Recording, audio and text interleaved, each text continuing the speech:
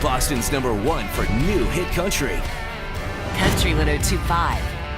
Hi, it's Carolyn Cruz for Studio 1025 with Country 1025, and I'm excited to bring to you a really great new artist by way of Oregon and California, straight to Boston.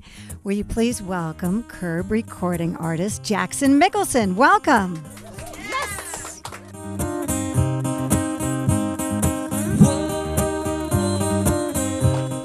So, Jackson, have you been to Boston before? This is actually my first time to Boston. No, he's Yeah. a virgin. We love it. I am. Yeah, we're gonna go to the Garden. And, No.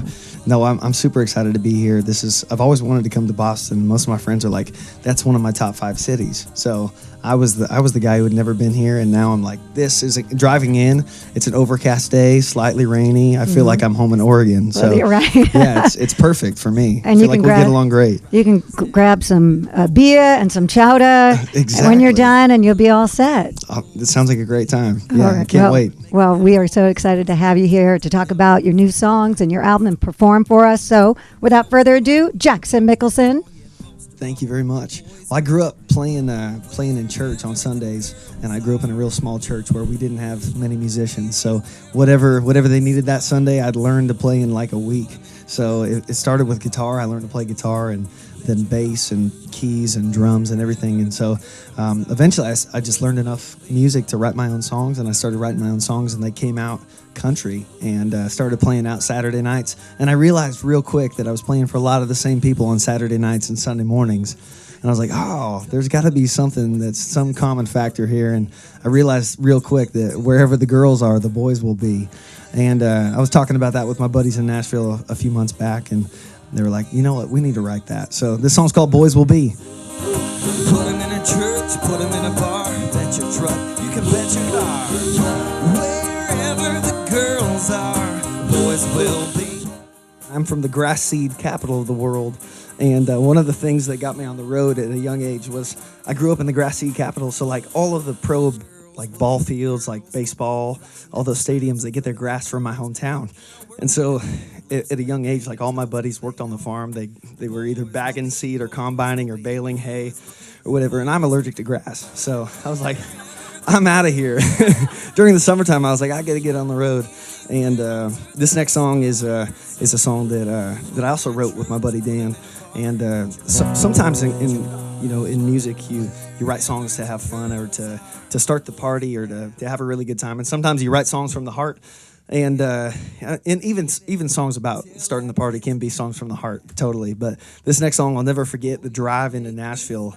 This day I was riding with my buddy Dan, and he's like, so man, what's going on with your life? And I was telling him, and he's like, okay, that's cool, man. And we just kind of talk about life and family and love and all that and music. And I'll never forget going into the right. All of us songwriters have like pages and pages of notes on our phone that have song ideas.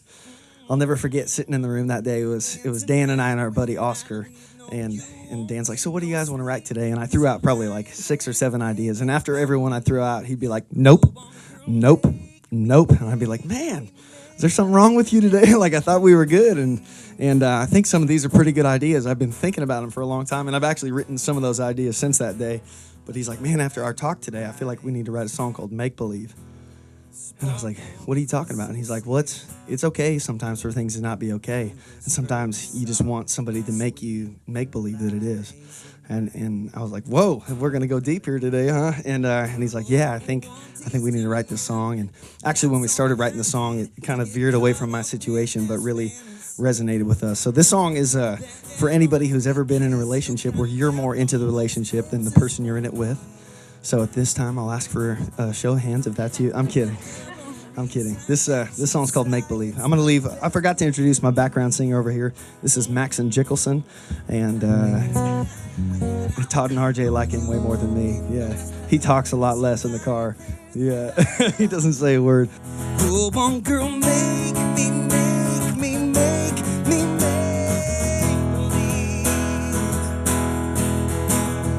Right now I'm holding you close and you're closing your eyes. So my whole story as far as Nashville's concerned and signing a record deal and everything is pretty much completely backwards. And I just toured night after night up and down the West Coast for a few years, and I'd play like 250 shows a year. And when I started, there was like seven people in a casino that would rather listen to the slot machine thing than me play. And they're like, turn it down!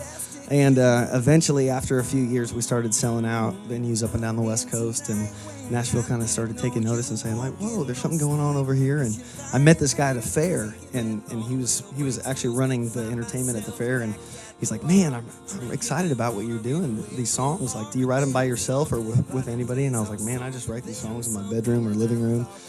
And he was like, well, like next week I'm moving out to Nashville, so if you want to come out and sleep on my couch, I'll try to introduce you to anybody that I know that writes songs. And I was like, you do that for me? That'd be incredible. I was like, but you realize that we just met like 5 minutes ago, and now you're inviting me to come to Nashville to sleep on your couch, and that's kind of creepy.